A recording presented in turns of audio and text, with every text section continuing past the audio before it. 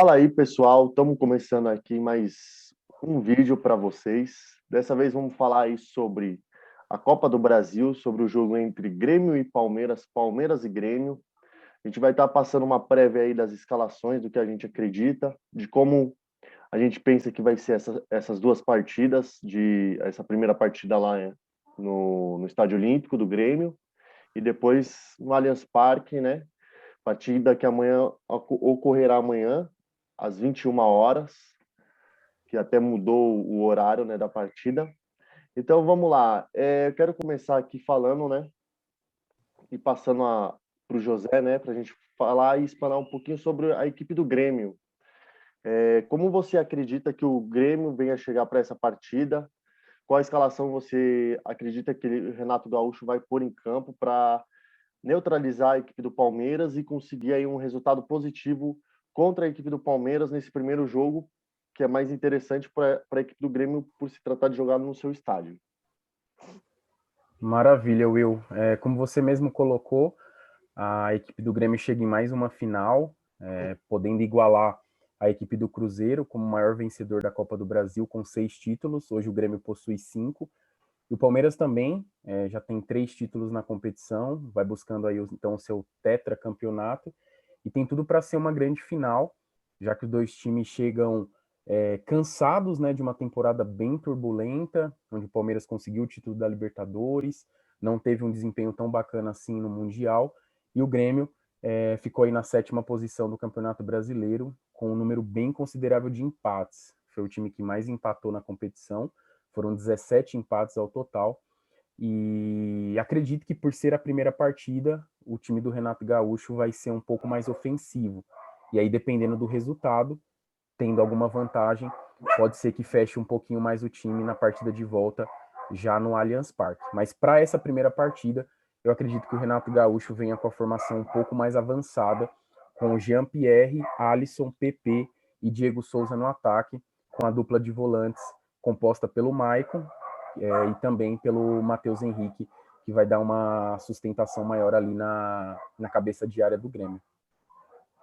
Vamos fazer aqui a escalação do Grêmio rapidinho, para a gente tentar entender aqui o que o Renato Gaúcho deve estar pensando para essa partida, né? Vamos começar lá pelo goleiro. Você acredita aí que deve entrar o Vanderlei ou o Paulo Vitor, né? Isso, o Paulo Victor, ele veio jogando nas últimas partidas pelo Campeonato Brasileiro.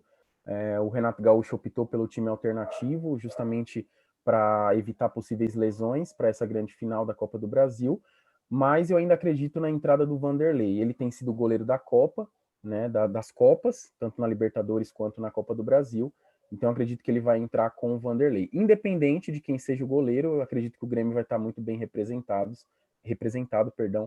são ótimos goleiros. Uma curiosidade, caso o Vanderlei seja o goleiro É isso que eu ia falar. caso ele seja o goleiro titular do Grêmio, o Palmeiras tem um bom retrospecto contra o Vanderlei, né? Tanto na final de 2012, que o Palmeiras se sagrou campeão em cima do Curitiba, ele era o goleiro do Coxa, e também na final de 2015 contra o Santos, ele também era o goleiro daquela decisão de pênaltis, que o Palmeiras também se sagrou tricampeão da Copa do Brasil. Boa. E a dupla de zaga? Bom, com a lesão do Jeromel, que vai fazer muita falta nesse time, ele formava uma bela dupla com o Kahneman, né? Então o Kahneman é titular absoluto desse time, e eu acredito que do outro lado tem a entrada do Paulo Miranda. Não acredito que vai entrar nem o David Braz e nem o Rodrigues, eu acredito que essa posição vai ser do Paulo Miranda.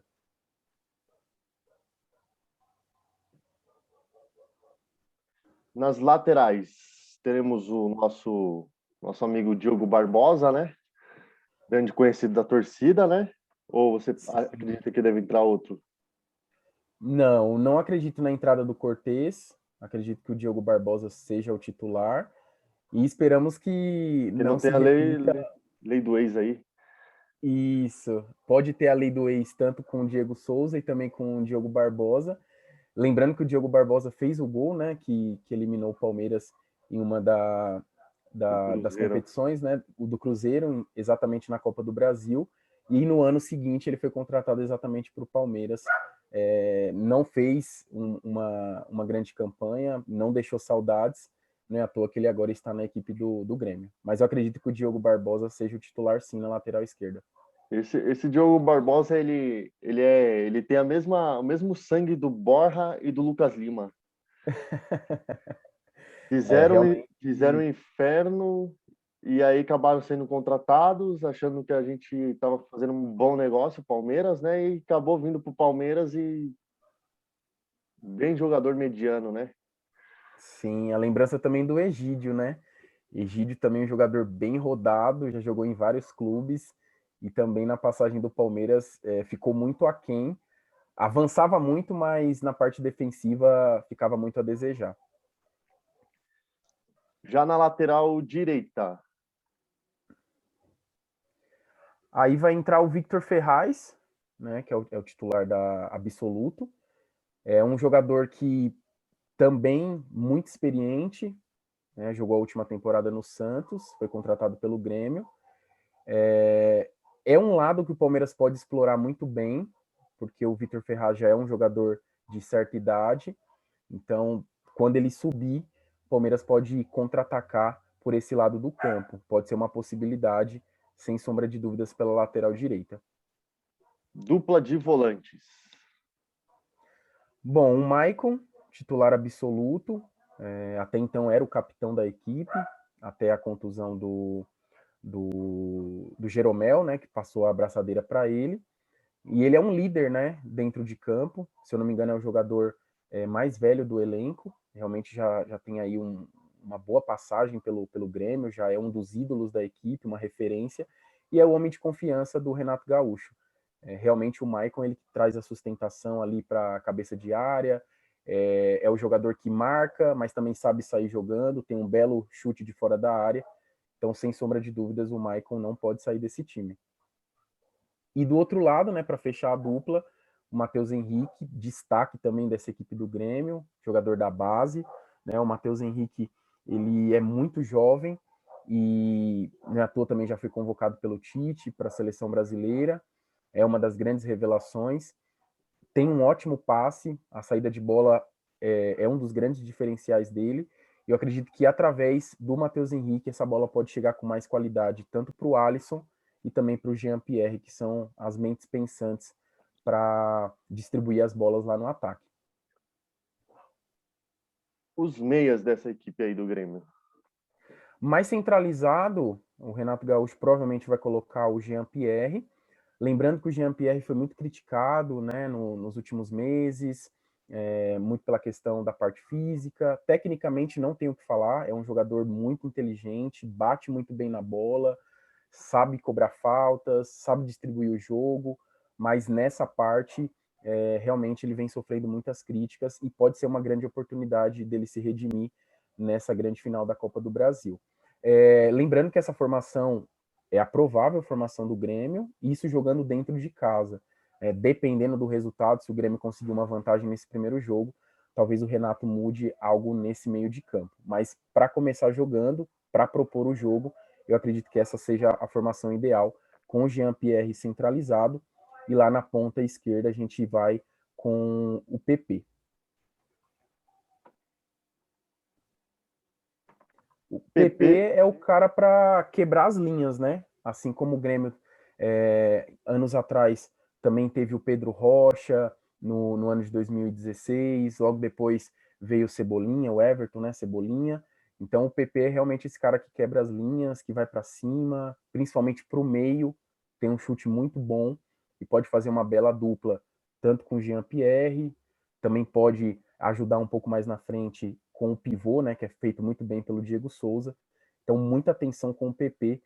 Já se tornou uma realidade nesse tipo de time do Grêmio, não é mais uma promessa. Já tem muitos gols marcados, muitas assistências. É um jogador muito perigoso, então o Palmeiras precisa tomar muito cuidado nessa ponta esquerda da equipe do Grêmio. Alisson. Alisson, jogador veterano, já tinha feito uma boa campanha na equipe do Cruzeiro e é um carrasco também do Palmeiras, né? Marcou um dos gols que eliminou o Palmeiras na Libertadores de 2019, tanto ele quanto o Everton Cebolinha. O Everton não está mais nessa equipe, mas o Alisson continua e também é um jogador fundamental nesse esquema tático do Renato. Sem o Alisson e sem o Maicon nesse meio de campo, o Grêmio sente muito. Então, eles são jogadores responsáveis tanto pelo último passe e também pela finalização. Então, muita atenção também com o Alisson, é um ótimo jogador nessa equipe do Grêmio. E na frente, Diego Souza, grande conhecido da torcida, conhecido de todas as torcidas, né? Sem dúvida. Diego Souza sempre tem a chance da lei do ex, né?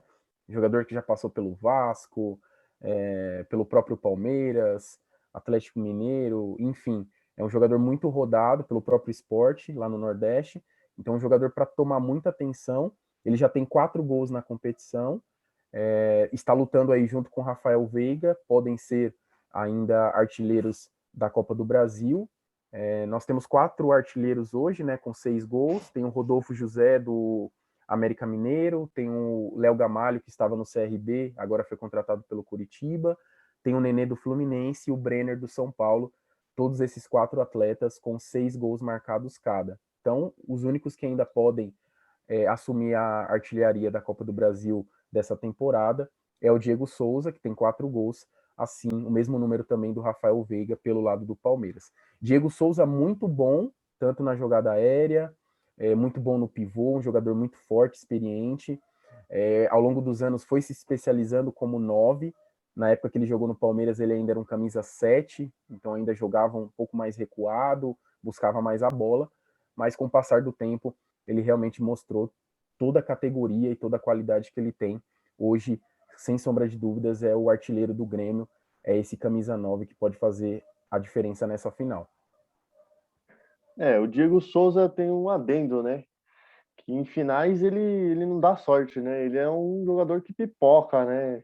Não queria falar isso, mas ele pipoca e não foi só contra o Cássio, já vi em outras ocasiões ele deixar a desejar numa final, então eu espero que não role nem lei do ex, né? Pode ser que ele pare na frente do Everton e não aconteça nada. Vamos para a escalação do Palmeiras. Qual formação você acredita que vai entrar? Que a gente já muda aqui. Bom, eu gostaria do 3-5-2, né? O time com 3 zagueiros, para exatamente abrir um pouco mais os laterais, principalmente colocando o Gabriel Menino na lateral direita. Não gostaria de ver o Marcos Rocha de novo ali naquela ponta, mas eu não acredito nessa formação, sinceramente, até porque o time não teve tempo para treinar, né? Tivemos aí o Mundial de Clubes e logo em seguida uma sequência muito pesada de jogos, tendo até o clássico contra o São Paulo, intervalo de 2 dias para você jogar, então praticamente terminava um jogo, só descansava e no outro já tinha partida, então não teve tempo para treinar com essa formação. Então eu acredito que vai manter com a linha de 4 mesmo, acho pouco provável que o Abel Ferreira vá mudar o time justamente na final. Então vamos fazer o seguinte, quanto à escalação do Palmeiras. Eu acredito que vai entrar na 3-5-2. Eu acredito que vai ter essa mudança para a final. Então a gente vai escalar o time de 2 formas. A gente vai escalar na 3-5-2 e na formação padrão, que é a 4-3-3, né? Com 4-4-2 ali às vezes. Então Sim, sim. vamos posicionar o time das 2 formas. Aí, qual é a escalação provável do provável para você, José? No Bom, gol, quem que entra no gol? Vinícius, incontestável, né? o goleiro Vinícius, ele fez, quero fazer uma adenda aqui, ele fez uma ótima partida agora, né, contra o Atlético Mineiro. Ele salvou em várias ocasiões o Palmeiras. Isso é muito bom, né? A gente tem um goleiro um pouco mais jovem, né, que está agora começando a se destacar, tendo oportunidade com o Abel Ferreira. Então, assim, eu vou perguntar: Vinícius, o Everton, quem vai pro gol? Bom, vamos continuar com o Everton, né? Pelo campeonato que ele fez, a temporada como um todo, né? Tanto na Libertadores, na Copa do Brasil e também pelo Brasileiro. Mas a sua colocação foi muito pertinente. Isso mostra que o Palmeiras ainda tem uma base muito boa, tem uma escola de goleiros sensacional. né, nos últimos anos sofreu muitas críticas por não revelar goleiros, né, como vinha acontecendo desde o início da sua história, mas o Vinícius realmente pegou muito contra o Atlético Mineiro, e por mais que o Palmeiras tenha perdido por 2-0, não dá para apagar todas as boas defesas, as intervenções que ele fez na partida. Mas vamos continuar com o Everton, né? Time que está ganhando não se mexe, então vamos continuar aí com o goleiro Everton no gol. Opa, time que tá ganhando faz tempo que não ganha. Faz tempo. Verdade, verdade. Tá precisando, né? Mostrar mais futebol, Tá principalmente. faltando futebol do Grêmio e do Palmeiras. Sim, Vamos sim, as lá, duas equipes estão devendo. lateral direito. Eu gostaria do Gabriel Menino, acredito que ele funciona melhor por esse lado, ele tem mais espaço, tanto para chegar no ataque, ele chuta muito bem cruzado e também tem fôlego para conseguir marcar, claro, com a ajuda dos volantes, mas eu ainda acredito que ele vai entrar com o Marcos Rocha. Também acredito que ele vai entrar com o Rocha. O Rocha a gente critica muito, né? E é claro, como palmeirense, a gente tem uma visão diferente dos outros torcedores. Mas o Marcos Rocha, ele tem muita experiência, mas ele acha ainda um jogador muito afobado. Em determinados momentos, ele não tem uma tomada de decisão tão inteligente, tanto na hora do passe ou até mesmo na hora de uma cobertura. Então, eu sinto que o Palmeiras fica muito sobrecarregado nessa parte do campo. Então, espero que o Marcos Rocha use dessa experiência e possa nos surpreender positivamente dessa vez. É engraçado porque é justo ali no lado direito que a gente tem mais problema, é com o Luan e com o Marcos Rocha, né? Não seria uma falta, talvez, de entrosamento dos dois? Eu creio que não, Will, até porque já são 3 anos jogando juntos, tiveram aí mudanças de técnico, isso também acaba interferindo diretamente, mas eu acredito que é muita questão técnica, porque a zaga ela é entrosada, não é algo que mudou há um mês atrás, é algo que já vem acontecendo há bastante tempo, e é natural que toda equipe tenha as suas brechas, tenha as suas dificuldades, e eu acredito que é muito mais mérito do Vinha, que a gente vai citar daqui a pouco lá na lateral esquerda, que conseguiu entender o esquema de jogo do Palmeiras junto com o Gustavo Gomes, que também fez uma temporada incrível, fora da curva, foi o melhor zagueiro do Brasileirão, junto com o Júnior Alonso. Então, realmente, a lateral esquerda do Palmeiras não é o problema, tanto na parte ofensiva quanto na defensiva. E aí, como o Marcos Rocha ele deixa muito espaço, acaba sobrecarregando o time como um todo, principalmente na parte da lateral direita, onde eu não vejo o Luan nesse momento na sua melhor passagem pelo Palmeiras. Eu vejo que ele também tem cometido alguns erros, foi o cara que fez o pênalti na partida contra o Tigres. É claro que a gente não pode condenar apenas um jogador, o Palmeiras não fez uma boa campanha no Mundial, mas os times já entenderam que é por ali que as jogadas vão sair. Então eles vão explorar a lateral direita e principalmente pelo lado do Luan, que não é um zagueiro tão técnico quanto o Gustavo Gomes. Por que eu digo entrosamento? Porque às vezes a gente está queimando dois quando a gente poderia queimar um, né? A gente pode estar com essa percepção assim, a lateral direita não funciona, a defesa pelo lado direito não funciona, mas aí fica difícil de identificar o problema se é os dois jogadores, por eles estarem jogando sempre juntos, ou apenas um que está tendo esse problema, né? Porque às vezes se você tem um lateral direito que não está ajudando na sustentação ali na defesa, obviamente o Luan vai se queimar com isso. Ou o vice-versa, né? Se você não tem um zagueiro bem preparado ali do lado direito, então você não consegue liberar seu lateral também para fazer jogadas mais à frente. Que eu acredito que o Marcos Rocha ele é um jogador mais ofensivo. Quando ele foi contratado com o Palmeiras e ele jogava no Atlético Mineiro, ele veio, ele era um jogador mais ofensivo e ele passou a ser um jogador mais defensivo no Palmeiras. Ele não era um jogador defensivo. Então, assim, me causa estranheza ver colocar o Marcos Rocha praticamente como o terceiro zagueiro para liberar o Vinha. Me causa estranheza. Quando, na verdade, então, quem seria a melhor opção dos três laterais que a gente tem hoje seria o Mike. O Mike ele é mais defensivo que o Marcos Rocha. No Cruzeiro, o Mike era mais defensivo. E aí eu ainda estranho esse tipo de posicionamento dos nossos laterais.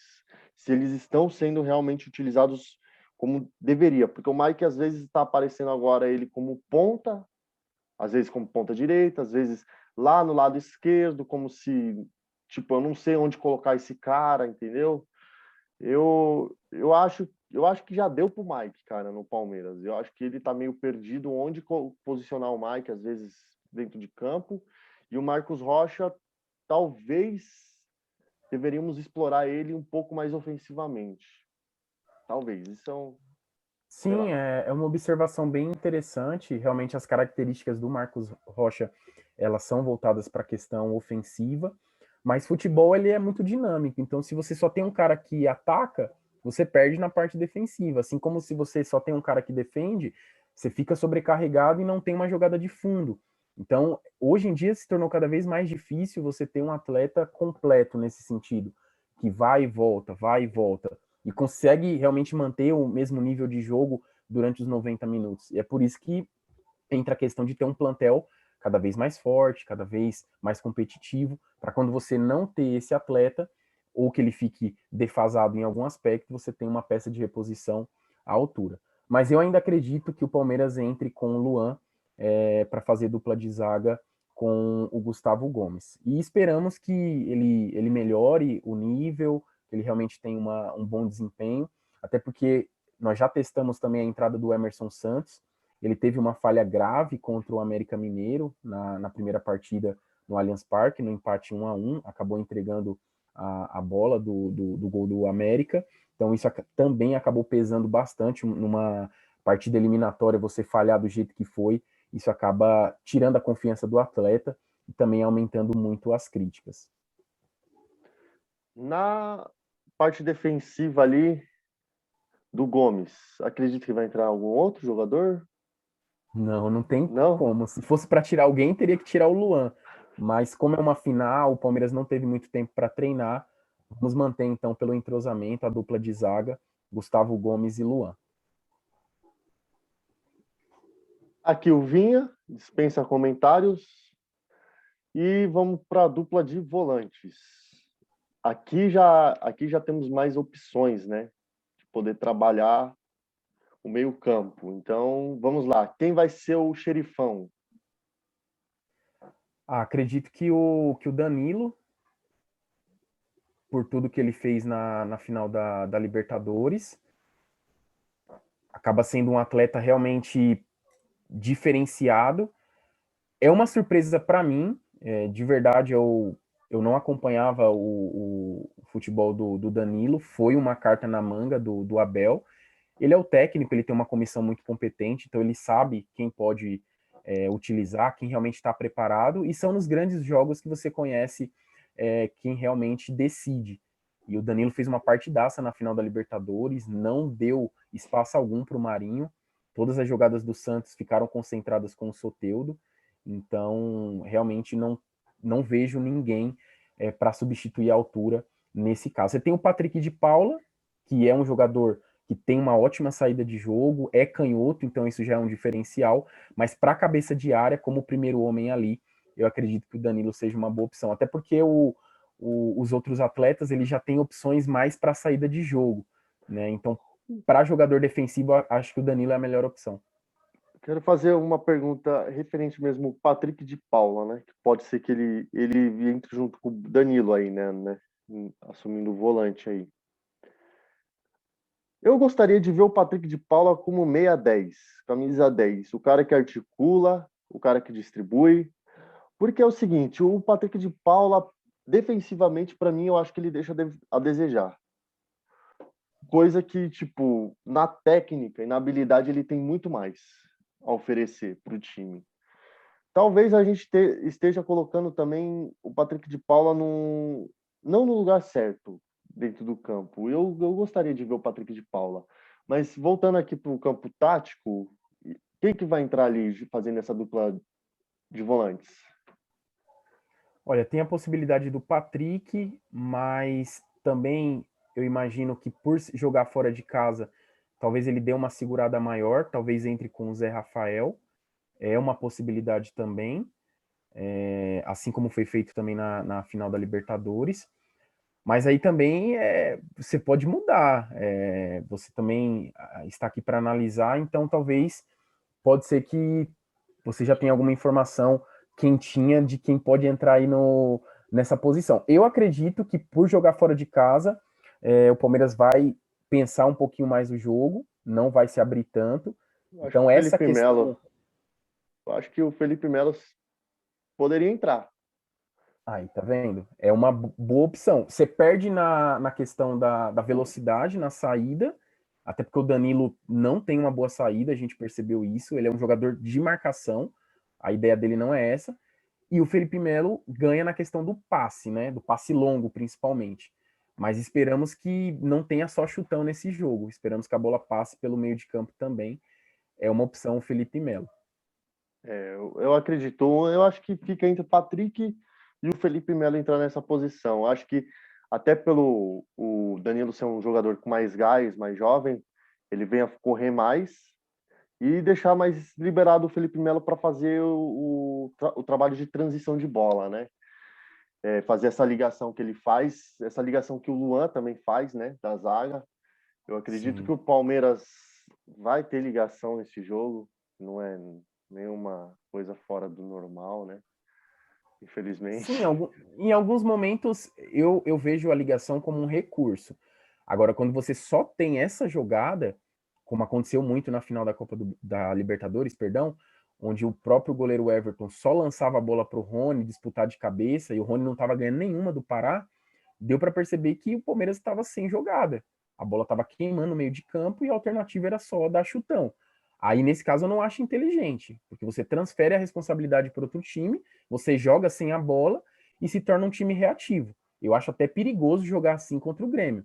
É claro que você jogando fora de casa, é uma final, são 2 jogos, é uma postura diferente, mas o Palmeiras mostrou que é um bom visitante, tem um retrospecto muito bom na Arena do Grêmio e também tem que jogar para frente. Se o Palmeiras for pensar só no empate, não, vamos perder de 1-0 e em casa a gente resolve, é péssimo negócio, porque quando o Grêmio tem o resultado em mãos, eles mostraram que são um time muito copeiro e realmente com o resultado debaixo do braço fica muito difícil fazer gol no Grêmio. Então o Palmeiras precisa ir para cima sim para tentar vencer o jogo. E é isso aí. Pensando esse jogo, quem que você imagina aí que vai pensar o jogo aí pro Palmeiras? Temos opções. Bom, sim, a gente tem no meio de campo o Lucas Lima, você tem o Zé Rafael, você tem o próprio Rafael Veiga. Pelo desempenho na Copa do Brasil, até mesmo pelo número de gols marcados, para um meio-campista, ainda mais o Rafael Veiga, que não era um jogador com esse destaque todo, foi no Atlético Paranaense, mas no Palmeiras ainda estava devendo, fez a melhor temporada dele com a camisa do Verdão, eu iria de Rafael Veiga, justamente por ser um jogador canhoto, um jogador que articula muito bem a bola, tem um giro muito rápido, pode ser esse jogador do último passe e também cobra muito bem pênaltis, ajuda bastante na recomposição. Então, o Rafael Veiga com certeza pode ajudar muito, né, nesse meio de campo do Palmeiras. Aqui pelo lado direito do campo, Eu não sei se ele tem condições 100%, mas eu surpreenderia a equipe do Grêmio com o Gustavo Scarpa. O Gustavo Scarpa, ele fez o gol do Palmeiras em 2019, inclusive o Palmeiras venceu o Grêmio na partida de ida lá na Arena do Grêmio, com um golaço do Gustavo Scarpa de falta, os torcedores lembram muito bem dessa partida. Infelizmente, na volta, não conseguimos fazer a mesma partida, né? Perdemos por 2-1 e por gol fora acabamos sendo eliminados, mas naquela partida o Palmeiras foi irretocável, fez uma partida muito boa, poderia ter feito até mais gols e sem sombra de dúvidas aquela cobrança de falta do Gustavo Scarpa aumenta as esperanças do torcedor alviverde. com essa escalação dessa forma, essa configuração que a gente está fazendo aqui, a gente acaba ganhando algumas armas, né? Por exemplo, como o jogo se trata de ser na casa deles, acabamos colocando o time para jogar no contra-ataque, né? E a gente acaba tendo uma opção aí de bom chute do Scarpa. Acho que seria interessante mesmo o Scarpa entrar nessa partida, nessa configuração. Se for, é um bom time que está entrando em campo, né? Sem dúvida. O Scarpa ele perde um pouco na marcação, ele não recompõe tão bem. Então o Palmeiras precisa tomar cuidado, principalmente desse lado do Marcos Rocha. Mas ali aí a gente acaba tendo o Danilo e Felipe Melo, né? Como dupla de Sim, volante. sim. E eu acredito que aí pode ser o equilíbrio, pode ser o diferencial. Porque aí você fecha ali exatamente para impedir os avanços do Alisson, do próprio Jean-Pierre e do PP. O Palmeiras vai ter que ter uma cobertura muito boa daquele lado do campo. E em compensação, você ganha o chute de fora da área, tanto do Veiga e também do Gustavo Scarpa. Abriu, ele chuta mesmo. Então, esperamos que ele tenha um bom desempenho, que ele não sinta o jogo. Não sei se ele vai aguentar os 90 minutos e já vai entrar como titular, mas ele pode flutuar tanto pelo lado direito quanto pelo lado esquerdo. É uma boa arma para a equipe do Palmeiras. Pode até acontecer um 4-4-2 aqui nessa configuração. Sim, sim. Scarpa e Veiga. Em alguns momentos pode ser 4-4-2, 4-2-3-1, vai depender exatamente da configuração do jogo. Já o nosso ataque, ou se você vai colocar mais um meia aí, quem seria? Então, o Abel tem a opção de colocar mais um meia, mas aí eu acho que vai sobrecarregar muito. Aí já tem muita cara de empate, de 0-0. Então, eu vou com o Rony, exatamente para ser esse cara que quebra as linhas. Sim, precisa Falta de um jogador de velocidade, né? lado de campo, falta velocidade. Se você só colocar meia, vai ficar tocando a bola para um lado, para o outro, e realmente o Grêmio vai se fechar. A ideia não é essa. Então, para quebrar as linhas, assim como do outro lado você tem o PP, eu acredito que o Rony é uma ótima arma. Tanto para jogar pelo lado direito, que foi o diferencial contra o Santos, e foi através dessa mudança de lado que saiu o gol, né, do Breno Lopes, ou jogando pelo lado que ele está mais acostumado, onde está o Scarpa agora, que o pessoal está vendo na tela, onde ele pode cortar para o meio e chutar para o gol. Tem um chute muito forte. E o Rony também é um jogador que entende essa competição. Né? Ele já foi campeão com o Atlético Paranaense, então ele pode ser decisivo também nessa Copa do Brasil. E na frente, não tem novidade, seria o Luiz Adriano. Luiz Adriano. O que eu penso dessa formação? Ainda acho que ela é uma formação lenta. Acho que ela é uma formação que congestionaria bastante o jogo, né? E acho que é uma boa escalação, é uma boa escalação. Só que ainda assim é uma escalação que não traríamos talvez um resultado de 1-0 para o Palmeiras, algo positivo, que seria mais interessante até para o jogo de volta. Até porque recentemente, né? Passado recente, o Palmeiras trouxe um resultado positivo de lá, na Copa Libertadores da América, e nós fomos surpreendidos, ainda fizemos um gol, saímos na frente e o Grêmio conseguiu reagir e foi uma grande decepção ali. Foi um impacto muito grande naquele jogo contra o Grêmio dentro da nossa casa, dentro do Allianz Parque, né? Então, se o Grêmio tem esse poderio de conseguir até ser reativo e conseguir resultados, mesmo controversos, quem dirá com o resultado debaixo do braço, né? Sim, sim. Essa partida foi muito decepcionante, né? Conforme eu já disse, o Gustavo Scarpa marcou um golaço lá na Arena do Grêmio, um golaço de falta, né? De bem longe. Para alguns foi até falha do goleiro, mas acredito que foi muita felicidade mesmo do Scarpa. Ele treina muito isso. Contra o Fortaleza, na partida que sucedeu a volta do Palmeiras do Mundial, ele também marcou um gol de falta, né? No Felipe Alves. Então ele, por acaso, é um jogador que bate muito bem na bola. E na partida de volta, né, teve aquele show do Sandy Júnior, né? Até hoje a gente tem que escutar essas piadinhas. O jogo não foi no Allianz, né? Por conta disso, o jogo acabou acontecendo no Pacaembu. O Palmeiras saiu Verdade, na frente com o verdade. gol do Thiago Santos e em cerca de 10 minutos o Grêmio virou o jogo, empatou com o Alisson e acabou virando com o Cebolinha. Cebolinha hoje não tá nesse time, ainda bem, né? Porque ele é um jogador que sempre marca contra o Palmeiras. Marcou em 2016, onde o Palmeiras foi eliminado também nas quartas de final da Copa do Brasil. O Palmeiras tinha perdido o jogo de ida por 2-1. 1-0 bastava no jogo de volta, que aconteceu no Allianz.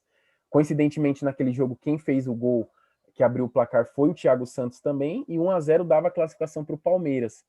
Mas aí tivemos a infelicidade do Alione, quem lembra do Alione, acabou sendo expulso, né, no segundo tempo, e aí acabou prejudicando bastante o Palmeiras. Na época, o atacante principal do Grêmio era o Pedro Rocha, era o destaque desse time. E ninguém falava ainda do Cebolinha. E aí o técnico do Grêmio, na época já era o Renato Gaúcho, colocou o Cebolinha e o primeiro lance praticamente ele acabou marcando o gol de empate que selou a classificação do Grêmio. Então o Cebolinha realmente é um jogador muito decisivo.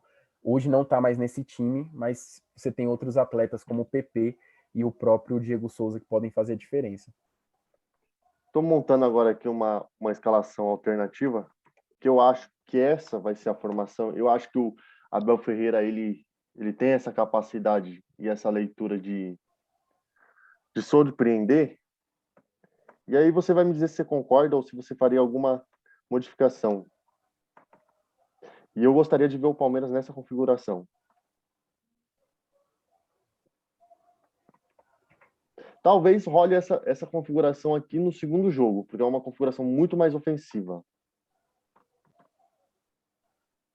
Sim, às vezes a gente fica muito preso a essa questão dos três zagueiros. Quando você bate o olho e fala, nossa, três zagueiros, para que isso hoje? Hoje você só joga com um centroavante, para que você vai ter três zagueiros? Mas não, se você, mesmo usando três zagueiros, dependendo da característica dos jogadores e da distribuição dentro de campo, você pode sim ser um time ofensivo jogando com três zagueiros. Aí vai depender exatamente de que maneira você quer expor, lançar os seus alas, que maneira você vai circular a bola pelo meio de campo. Eu gostaria muito do time com três zagueiros, mas eu acredito que o Abel não teve tempo para treinar, então acho pouco provável que ele venha com essa escalação. Mas quem sabe, né? Ele realmente está ali no dia a dia, pode surpreender a equipe do Grêmio. É uma formação que eu gosto, é uma formação que eu acho interessante, porque é a formação que trouxe a Copa do Mundo para o Brasil, né? Em 2002. Essa é a formação, com Sim. três jogadores ali, armados defensivamente. Um jogador que estiver no meio-campo ali, no meio, ali na posição onde eu coloquei o Gomes, ele pode até fazer um papel de volante, né? A gente poderia até trocar, colocar o Gomes mesmo do lado dele e jogar o Felipe Melo ali. Seria uma opção, colocar o Gomes aqui e trazer o Felipe Melo. Mas eu tô pensando numa outra peça que, para mim, cara, já tá pedindo passagem de ser titular. E é da base. Você adivinha quem é? Arrisca? Não, não vou arriscar, não. Quem seria? É um jogador que joga defensivamente e joga como lateral. Eu colocaria ali o Renan. O Renan, eu gosto do futebol desse menino, porque o Danilo foi a mesma coisa. O Danilo começou ali, fez umas partidas ali com o Vanderlei Luxemburgo. A gente olhou e falou assim: esse moleque é bom, esse moleque é bom, só que precisamos ver mais. Precisamos assistir mais jogos dele. E acabou que ele assumiu. O Patrick foi assim que entrou. O Gabriel Menino, na Florida Cup mesmo, a primeira partida que eu vi do Gabriel Menino, na minha vida, eu nunca acompanhei ele na base. Eu olhei de todos os garotos que entrou dentro do campo ali, falei, o diferencial é o Gabriel Menino, dos meninos. E a molecada tá assumindo espaço. Eles querem jogar, eles não estão cansados. Eles têm essa vontade. O Renan, por que eu colocaria o Renan ali? A gente libera o Vinha, ofensivamente, e ainda a gente ganha defensivamente, porque a gente ganha opções táticas ali. A gente pode deixar o Gabriel Menino também aberto, né? Jogando quase como ponta, com o Luan ali. Talvez o Danilo um pouco mais recuado. Talvez a gente não precise nem colocar o Danilo, a gente coloca um Felipe Melo no lugar do Patrick ou do Danilo, para a gente ainda ter mais força defensiva se for nesse primeiro jogo. Mas eu gostaria de ver o Renan tendo essa oportunidade de assumir essa responsabilidade com o time. Eu acho que ele é um jogador que joga bem, atua bem pela lateral. Eu já vi ele atuando pela lateral na Copa do Brasil, ele foi bem.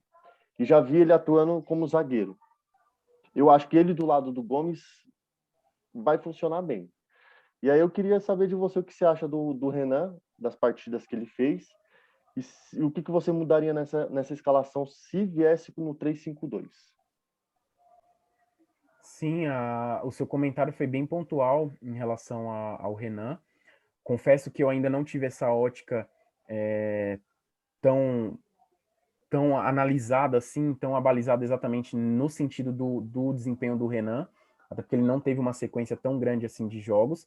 Mas eu lembro muito bem da partida contra o Ceará, que o Palmeiras entrou com uma formação bem diferente, até porque vinha de uma sequência muito grande de jogos, e o Palmeiras surpreendeu ganhando o Ceará de 3-0 no Allianz Parque, que ali facilitou bastante a classificação do time na partida de volta, conseguiu um empate em 2-2 lá no Castelão. Então, o Renan, quando entrou, ele realmente mostrou um bom futebol, mostrou uma segurança, e realmente está pedindo passagem, assim como outros jogadores da base, que também vem mostrando um belo futebol.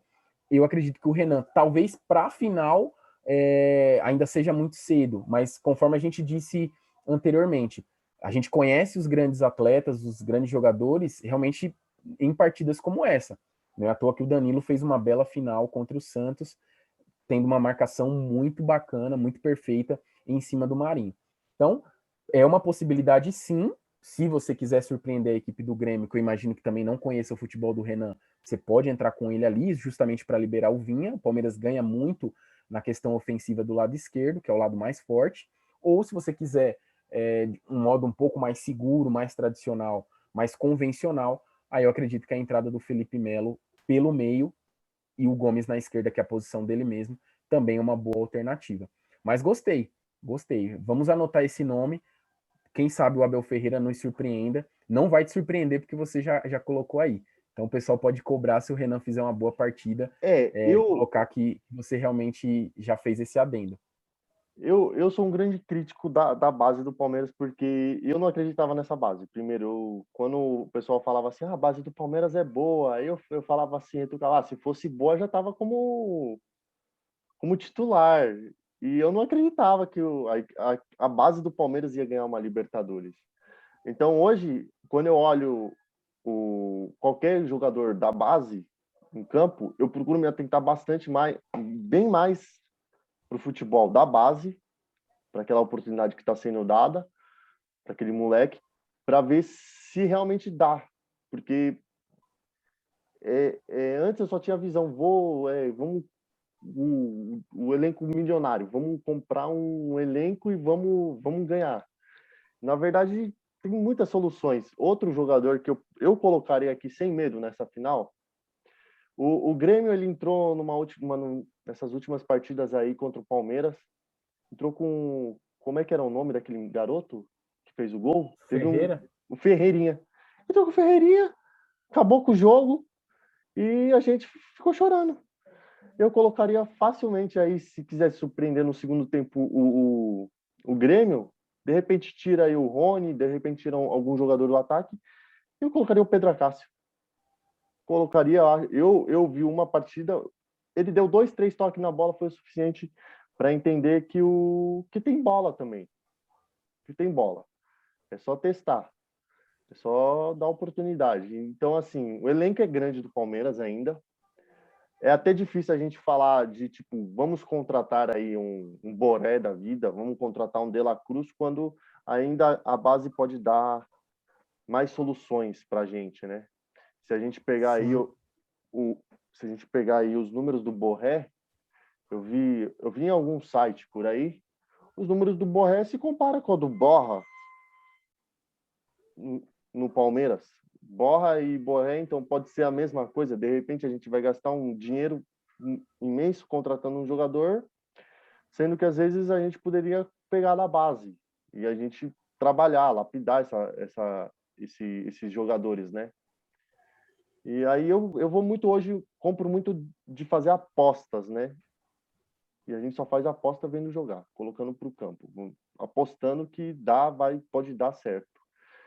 Eu acredito que ainda essa formação pode vir a acontecer amanhã. Não é algo complicado de acontecer, porque o Abel Ferreira, nesses últimos jogos do Brasileirão, a mídia falou muito estamos testando.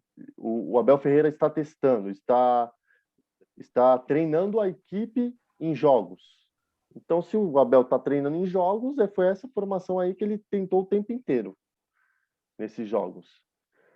Todo momento, antes mesmo, quando o Abel ele vinha a ser contratado, buscando algumas informações como ele trabalhava, ele sempre trabalhou dessa forma, né? Mesmo no Braga, ele sempre gostou de uma formação onde colocasse 3 zagueiros, um deles sendo um lateral recuado e o outro lateral solto. Quando eu vi a formação que ele fez na equipe árabe lá que ele veio, não sei de onde era, ele posicionava o lateral direito como um zagueiro e liberava sempre o esquerdo. Sempre a ala esquerda ele liberava. Aí eu falei, assim aí, se ele fizer isso no Palmeiras, se ele chegar e fizer isso, pode funcionar. Só que é o seguinte, quem que é o nosso lateral no momento? O melhor lateral direito? É o Gabriel Menino. Ele não pode fazer isso com o Gabriel Menino. O Gabriel Menino, ele tem que jogar solto. Ele precisa jogar solto. Entendeu? O melhor futebol do Gabriel Menino não é defensivamente. É ali apoiando no meio-campo para frente, ajudando a distribuir, tendo um bom chute de fora da área, surpreendendo.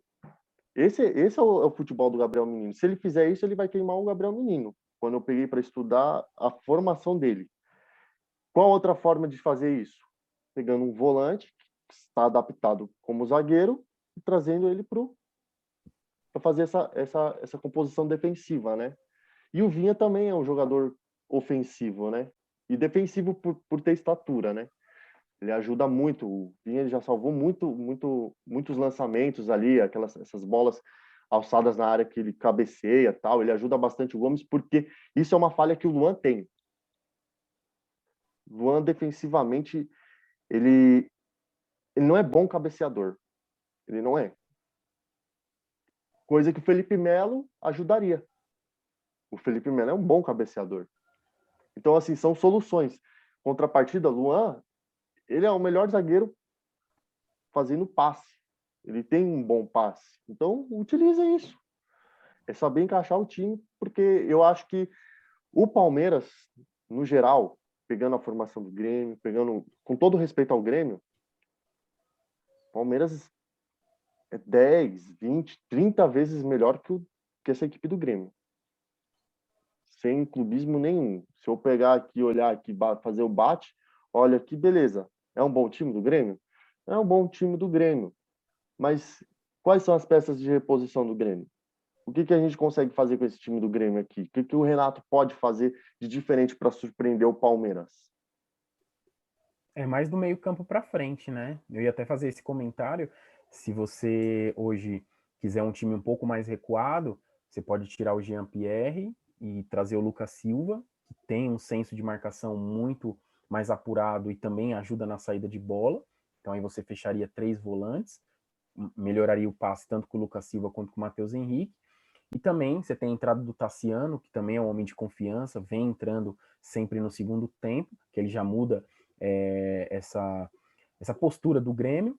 No próprio ataque você tem a revelação Ferreirinha, que também já marcou gol na equipe do Palmeiras. No primeiro turno do Brasileirão, no empate 1-1 lá na Arena do Grêmio, marcou gol nos acréscimos. Gol de cabeça, é um jogador baixo, tem 1,75, surpreendeu o Palmeiras. Muito mais desatenção do que habilidade, né? Um gol. Sim, o Palmeiras jogou muito bem aquela partida, assim como jogou bem também no segundo turno, que também empatou em 1-1.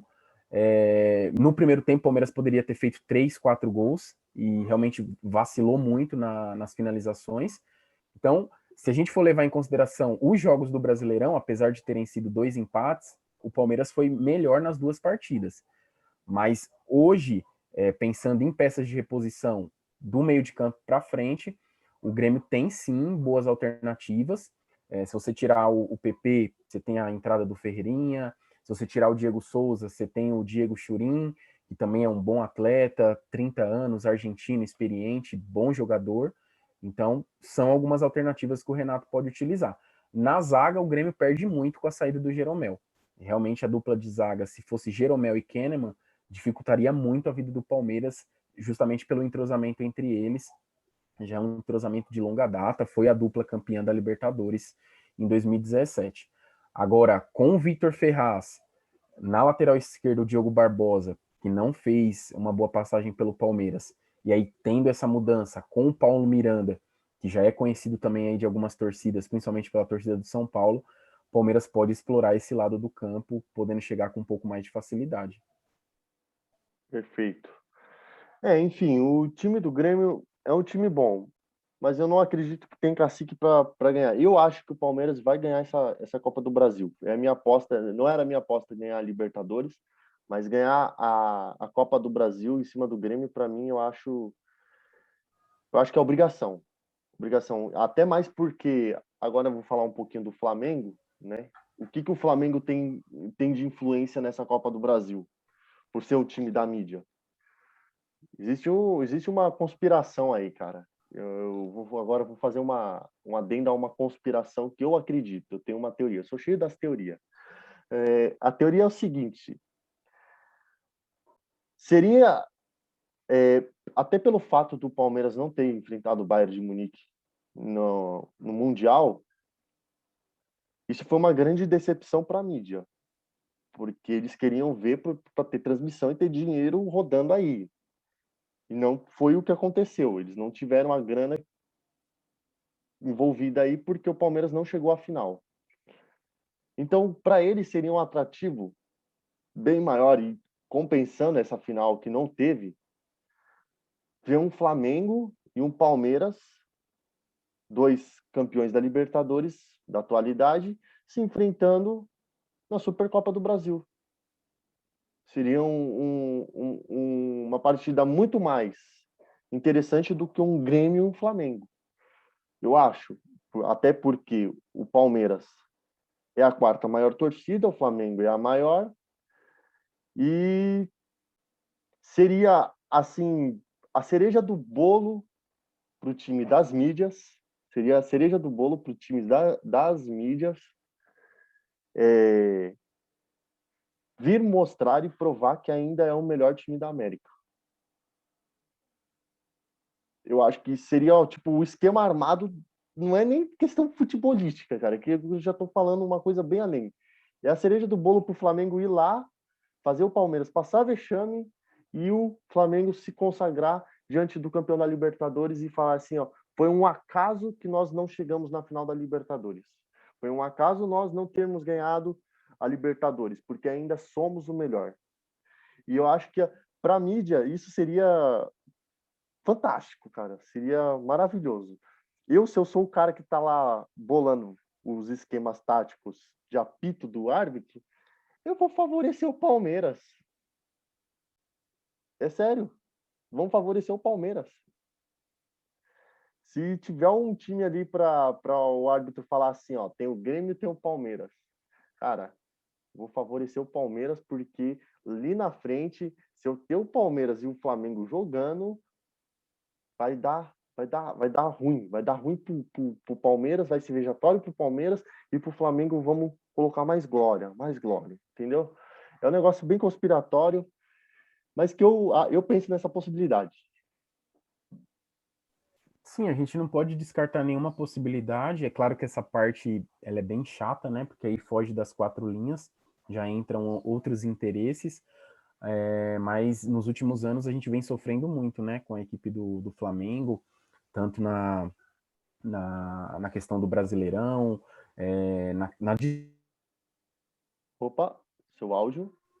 perdão, na disputa também de atletas, onde o Flamengo também se reforçou muito bem, não é à toa que na última temporada ganhou praticamente tudo, só faltou o Mundial. E esse ano, mesmo não fazendo uma grande campanha, o Campeonato Brasileiro ficou bem aquém, né? O campeão brasileiro fechou com 71 pontos, bem abaixo dos últimos anos. Nível técnico também ficou bastante a desejar. O Flamengo, inclusive, na última partida não venceu, perdeu para o São Paulo por 2-1, e se o Inter tivesse vencido o Corinthians, teria se sagrado campeão. Então, claro, os méritos totais da equipe do Flamengo, mas diferente da temporada passada, não vence com folga, né? Não foi eliminado precocemente para o Racing, na Libertadores, tomou uma surra do São Paulo na Copa do Brasil, perdendo as 2 partidas. Então, isso também mostra que o Flamengo não é esse bicho-papão todo. Se reforçou, conseguiu manter a maioria dos atletas em relação ao ano passado, não perdeu grandes peças e mostrou dificuldade sim.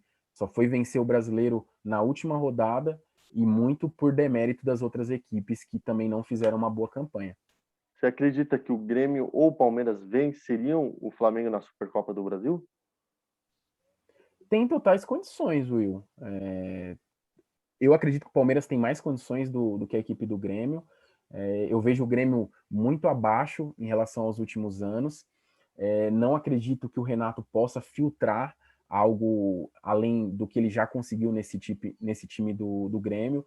Né? À toa que ele já foi campeão da Copa do Brasil, da própria Libertadores, chegou no Mundial. Mas eu não consigo ver mais o Renato com esse nível de competição.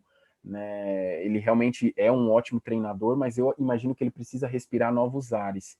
Eu sinto que o Grêmio, por mais que venha chegando nas competições, está aí mais uma final da Copa do Brasil, podendo ganhar o 6º título da sua história, eu vejo o Grêmio defasado nesse sentido. Imagino que o Grêmio precisa de Eu, uma eu reformulação. acho que o Grêmio, eu acho que a leiteira da base está secando. Eu acho que o Grêmio ele apostou nos últimos anos muito bem na base, soluções que vieram, ajudaram financeiramente. Só que está na hora do Grêmio começar a pensar em reformular não só com a base, tem que trazer gente de fora. E eu acho que a limitação não é o Renato Gaúcho, eu acho que a limitação está na própria parte técnica dessa equipe do Grêmio. E aí que entra a questão quando fala de reposição. Beleza, esse é um time bom do Grêmio? É um time bom do Grêmio. É um time bem treinado pelo Renato? É um time bem treinado pelo Renato. Só que na hora de o Grêmio explorar soluções num jogo difícil que vai ter contra o Palmeiras, o Renato olhar para o banco e olhar que não tem opções como o banco do Palmeiras, eu acho que o caldo vai engrossar para o Grêmio e vai facilitar para o Abel. Acho que é aí que está a jogada. Coisa que também o Santos sofreu. O time do Santos bom, o time do Santos competitivo. Só que na hora do Cuca olhar para o banco do Santos, não tem soluções como o banco do Palmeiras, que saiu do banco a solução da Libertadores da América. Sim, Isso, faz isso, sentido. isso conta muito, isso conta muito. Coisa que contra o Flamengo, se o Palmeiras pega um Flamengo, não vai acontecer. O Rogério vai olhar para o banco do Flamengo e vai falar assim, cara, meu banco até é melhor que o teu. É bem mais complicado. Palmeiras e o Flamengo, nos últimos anos, não à toa divide o protagonismo do futebol brasileiro. Não à toa. É porque tem muito dinheiro envolvido. É difícil fugir disso, né? As outras equipes acabam se sentindo prejudicadas. E aí é uma questão geral. Dificilmente você vai encontrar um clube como o Palmeiras, como o Flamengo, ou até mesmo agora o Atlético Mineiro, que está investindo muito forte. E a tendência é que esses times se tornem destaques. O Flamengo acabou de ser bicampeão brasileiro. Se continuar com esse investimento, pode ser que ganhe 3, 4, 5 vezes seguidas, coisa que nunca aconteceu na história.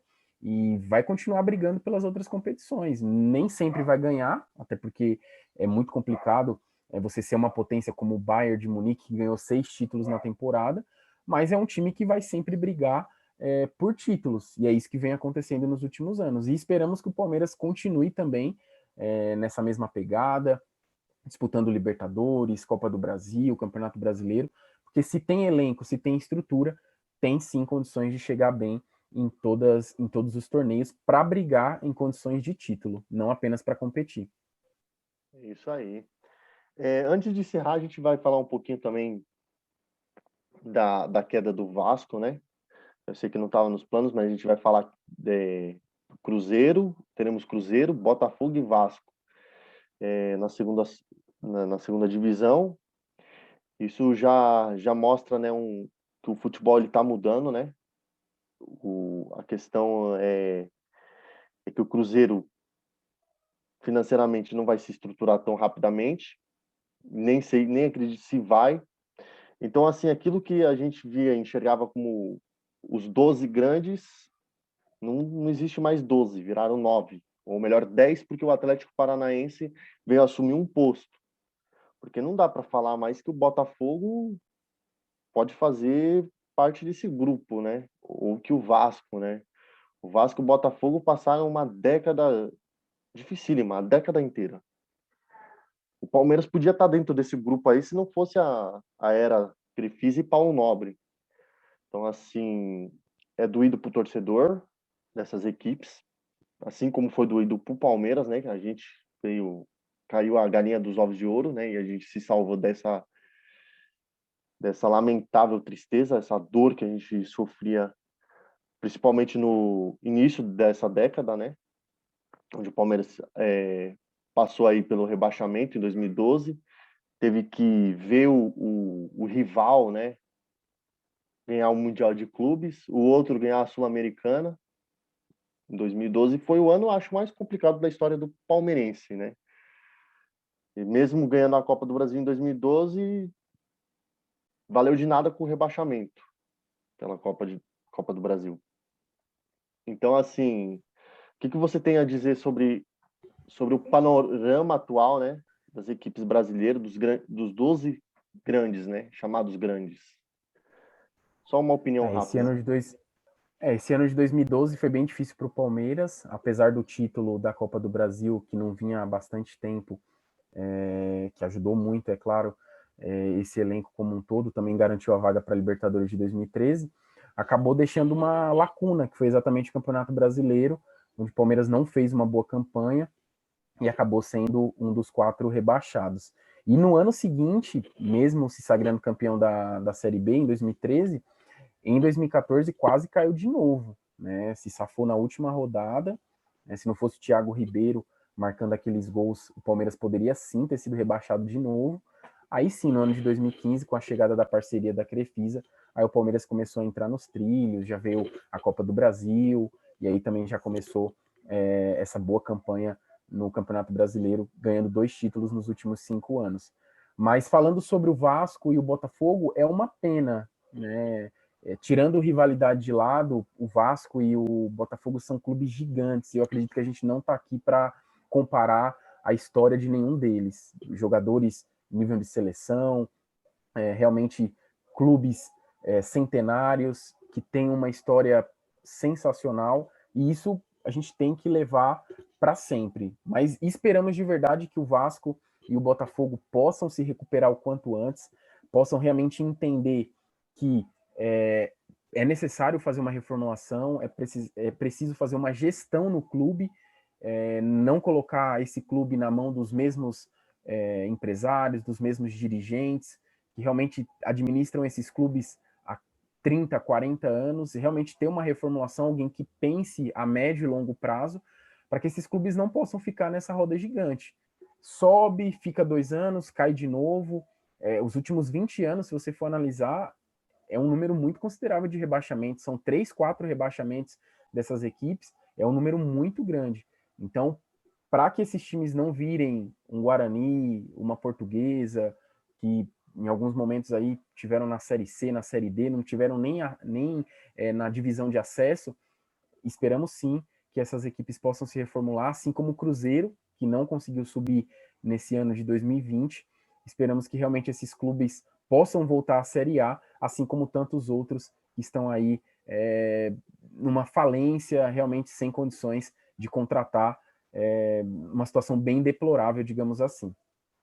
É engraçado, entra aqui no site aqui do Globo Esporte, aí você vai ver a sua Série A. É a Série A mais verde que vamos ter, né? Vamos ter o América, vamos ter a Chapecoense, vamos ter o Cuiabá, vamos ter o Juventude e o Palmeiras. Isso me dá um certo medo de ter tantas equipes verdes, porque o Palmeiras geralmente em Campeonato Brasileiro perde para a equipe verde, que foi o caso de perder para o Curitiba, né? Perdeu as 2 partidas para o Curitiba. Se o Palmeiras perder as partidas para o time verde aqui, meu, vai estar do meio da tabela para baixo, né? Eu já fico meio preocupado e receoso quanto a isso, né? Mas, assim, é engraçado porque agora você pega esse quadrinho aqui, Às vezes você até confunde, você olha assim, é Série A mesmo isso aqui ou é Série B? Tipo, misturou legal, né? Você tem bem mais equipes que antes jogavam Série B jogando a principal liga nacional. Então, Sim, assim, e isso mostra como o futebol ele se tornou cada vez mais competitivo e como boas administrações fazem a diferença. A Chapecoense é prova disso, né? Infelizmente teve o acidente aéreo lá em 2017 que acabou com boa parte do time, para não dizer todo, e aí logo em seguida o time acabou sendo rebaixado, né, em 2019, mas a Chapecoense ela sempre demonstrou na Série A ser um time muito competitivo, né? À toa que foi para a Sul-Americana, chegou na final lá contra o Atlético Nacional antes de acontecer aquele trágico acidente. Então, é um time que tem estrutura.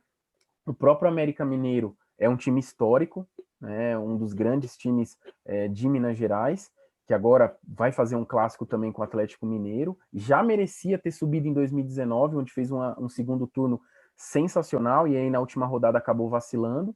E agora também com o Lisca doido, conseguiu um acesso e fez uma bela campanha também na Copa do Brasil. Chegou muito bem, eliminou Corinthians, eliminou Internacional, foi eliminado para o Palmeiras, mas fez uma boa partida, principalmente no Allianz Parque. Também destaque na Série A para a equipe do Cuiabá, né? O único representante do Centro-Oeste, já que a equipe do Goiás foi rebaixada. Então, muita atenção para essa equipe de Mato Grosso.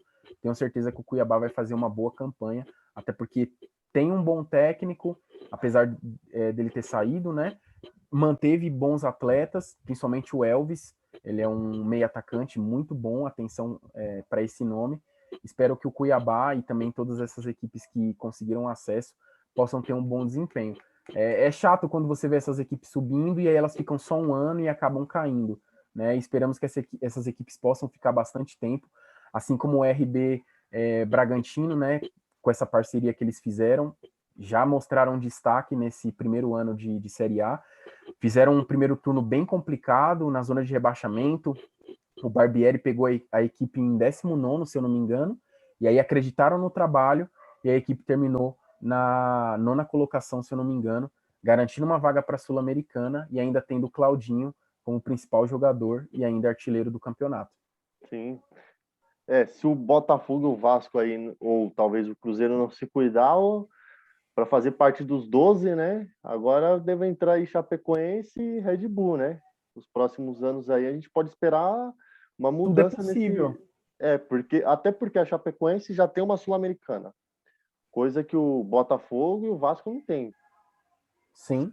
né? Já é conhecida internacionalmente. É muito Exatamente. difícil ganhar da Chapecoense na Arena Condá. E eu imagino que, por estar agora na Série A, vai reforçar a equipe. Né? Já perdeu o Alan Ruschel, que foi para a equipe do Cruzeiro, foi o capitão, né, dessa campanha de acesso para a Série A. Mas eu acredito que a Chapecoense vai fazer uma boa campanha sim. Nos últimos anos tem sido a grande campeã do Campeonato Catarinense. Então era isso aí por hoje. A gente falou sobre a Copa do Brasil, deu uma nova explanada aí sobre a competição do Campeonato Brasileiro. Eu agradeço aí quem ficou até o final e deixa seu like se você curtiu esse vídeo, se inscreve no canal e tamo junto e até a próxima. José, suas considerações? Obrigado mais uma vez pelo convite, Will. Esperamos que o pessoal possa assistir o vídeo até o final. Foi um pouco longo, mas tentamos resumir ao máximo aqui as principais informações em relação à final da Copa do Brasil, em relação ao título do Flamengo e também quais são as projeções para as próximas competições.